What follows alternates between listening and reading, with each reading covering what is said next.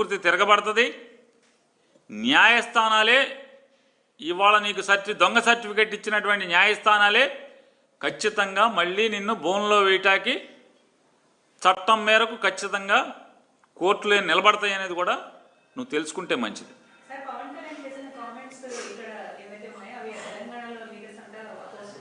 Black magic ఏమంటారు, తెలుగులో ఏమంటారండి? క్షుద్ర పూజలు చేసేవాడిని ఏమంటారు? మాంత్రికుడా? అంటే ఈయన మాంత్రికుడు హోదాలో అన్నాడా? అప్పుడప్పుడు మెడలో అక్కడిక్కడికి పూజలు చేసుకుంటా వెళ్ళిపోతూ ఉంటాడు కదా, ఆ మోడల్లో మాంత్రికుడు హోదాలో అన్నాడా? ఈ రాష్ట్రానికి ఉప ముఖ్యమంత్రి హోదాలో అన్నాడా?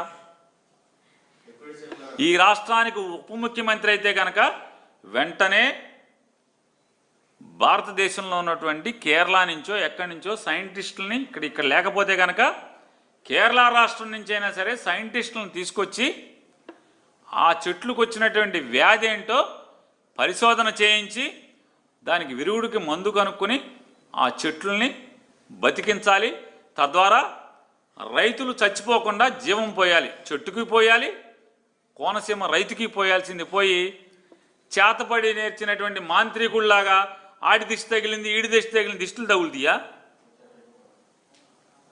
నిజంగా దిష్టే తగిలితే మీ ముగ్గురు విమానాలు ఎక్కి జనం సొమ్ముతో విమానాలు ఎక్కి లేదా హెలికాప్టర్లు ఎక్కి తిరుగుతున్న దానికి ఆ దిష్టికే మీరు పడిపోవాలి.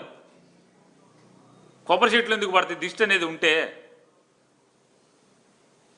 ఇవాళ తెలంగాణ ఆంధ్రాతో పోటీపడి వరి పంట పండిస్తున్నాయి, ఆంధ్రాతో పోటీపడి ఉద్యానవన పంటలు పండిస్తున్నాయి. ఒకవేళ తెలంగాణ ఏంటంటే రాజస్థాన్లో పండుతున్నాయి, కాయగూరలు పండుతున్నాయి, ఉద్యానవన పంటలు పండుతున్నాయి.